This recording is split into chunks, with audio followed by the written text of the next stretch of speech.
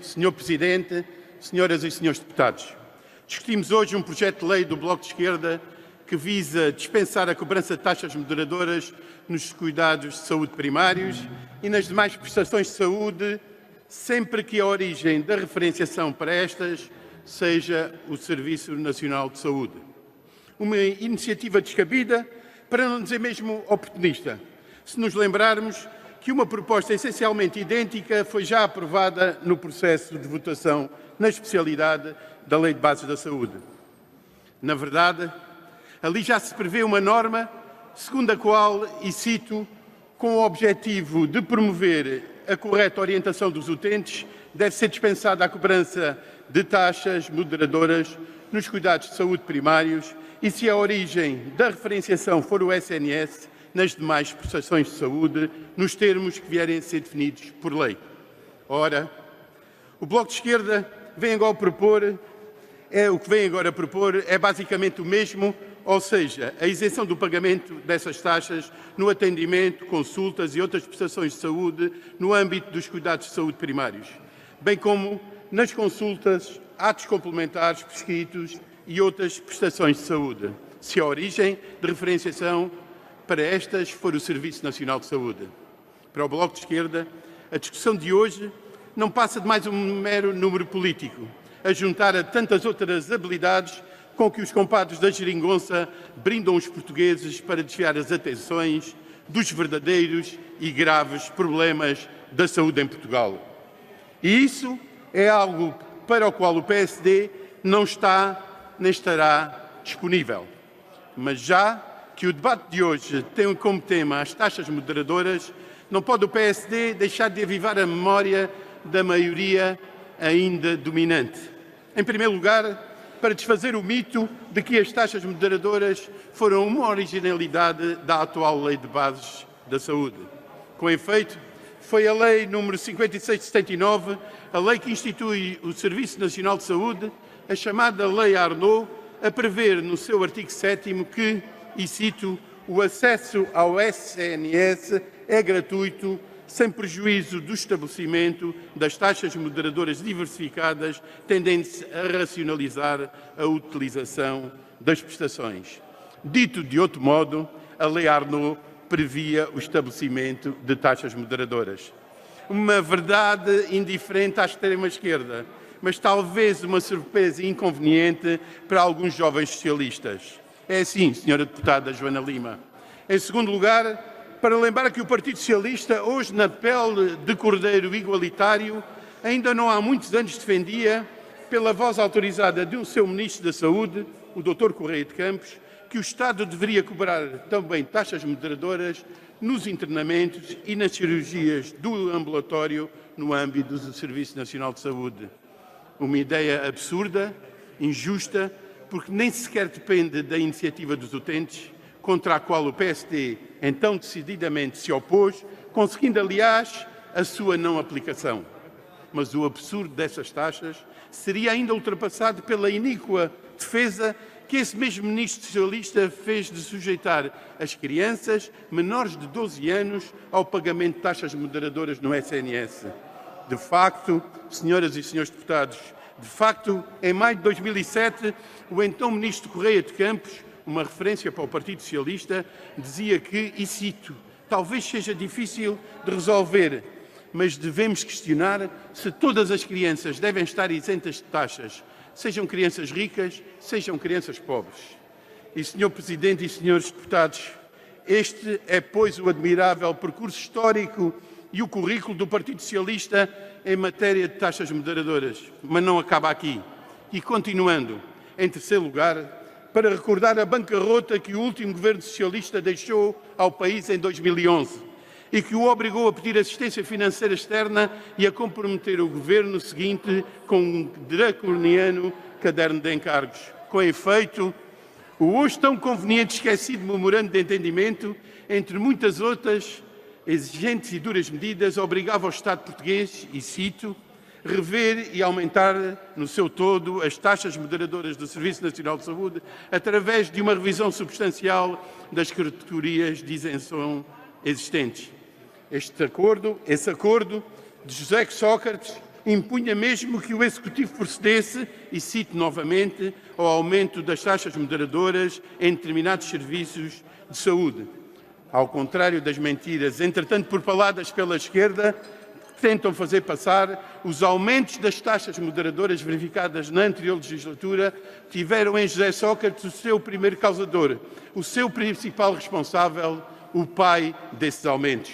É isto, senhora deputada Jamila Madeira. Mas, senhoras e senhores deputados, surpreender-se-ão alguns se lhes lembrar o que então Presidente da Entidade Reguladora da Saúde e até há poucos meses Presidente do Conselho Nacional de Saúde dizia sobre os aumentos das taxas moderadoras então anunciados.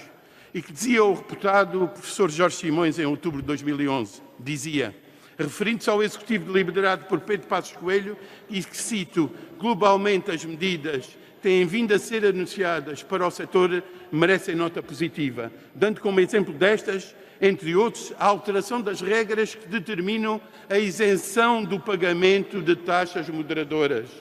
Mas o que porventura mais surpreenderá os meus estimados colegas deputados da esquerda parlamentar é o que o Dr. António Arnaud afirmou a este respeito em setembro de 2011. Sobre o aumento então anunciado das taxas moderadoras, disse o pai do SNS que, e estou a citar, penso que essas alterações não afetam a filosofia humanista do SNS, porque há um alargamento das pessoas isentas e há um estreitamento de alguns benefícios relativamente a doentes crónicos.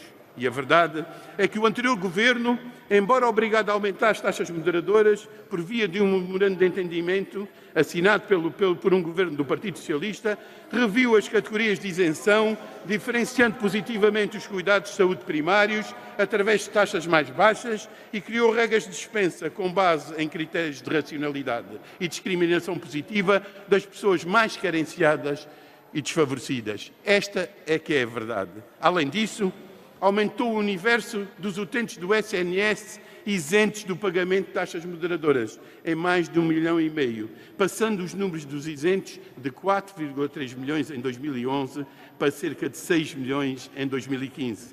Para tal, contribuíram essencialmente duas medidas fundamentais.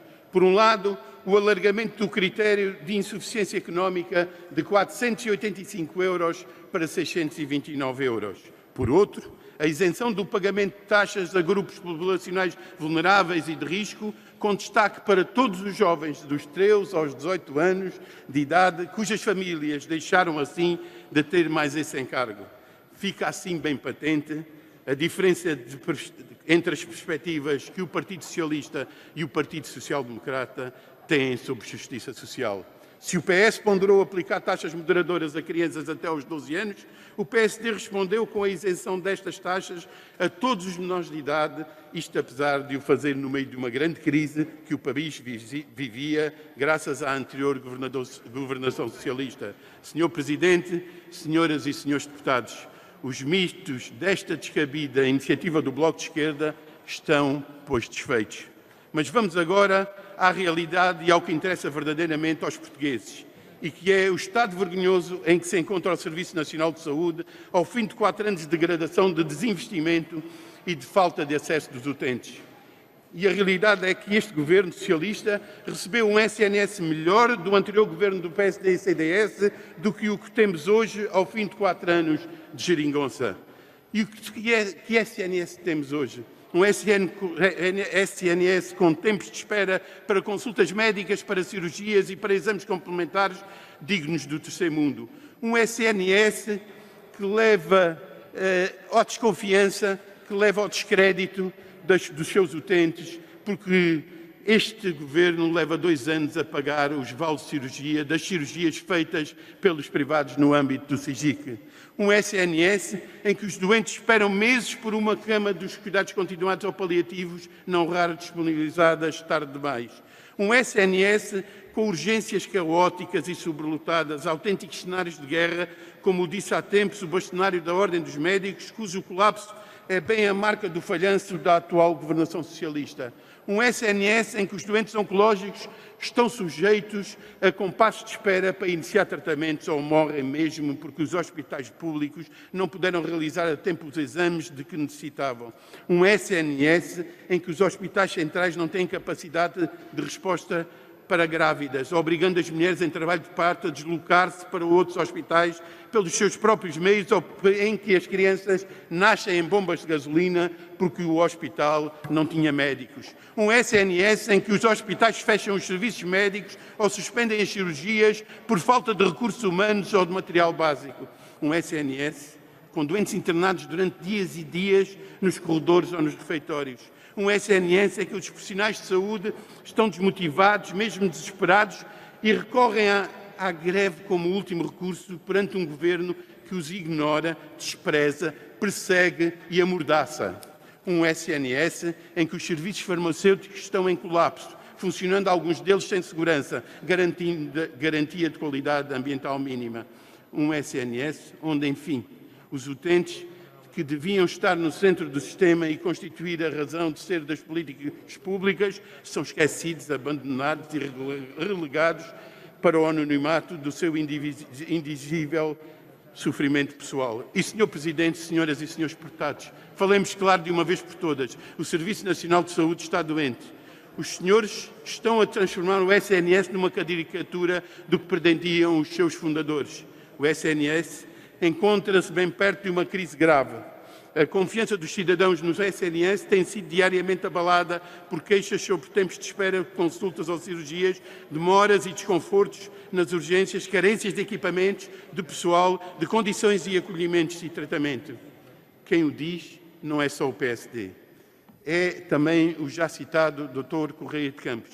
Pelos vistos, hoje um dos poucos homens lúcidos no hemisfério da geringonça. E, neste contexto do colapso latente do SNS, os senhores divertem-se em jogos adolescentes, obséquios vossos, em que os avanços e recuos se sucedem em torno da lei de bases, onde a única dúvida é saber quem de entre vós é o fundamentalista mais estatista. As pessoas, para vós, não passam de um mero instrumento no caminho para o socialismo, quando na realidade são as grandes vítimas da vossa insensatez ideológica.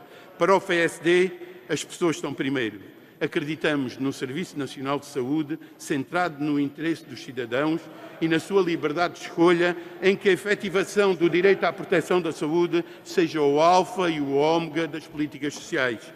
É por isso que lutamos e é por essa realidade que o PSD consagrará toda a sua existência. Disse.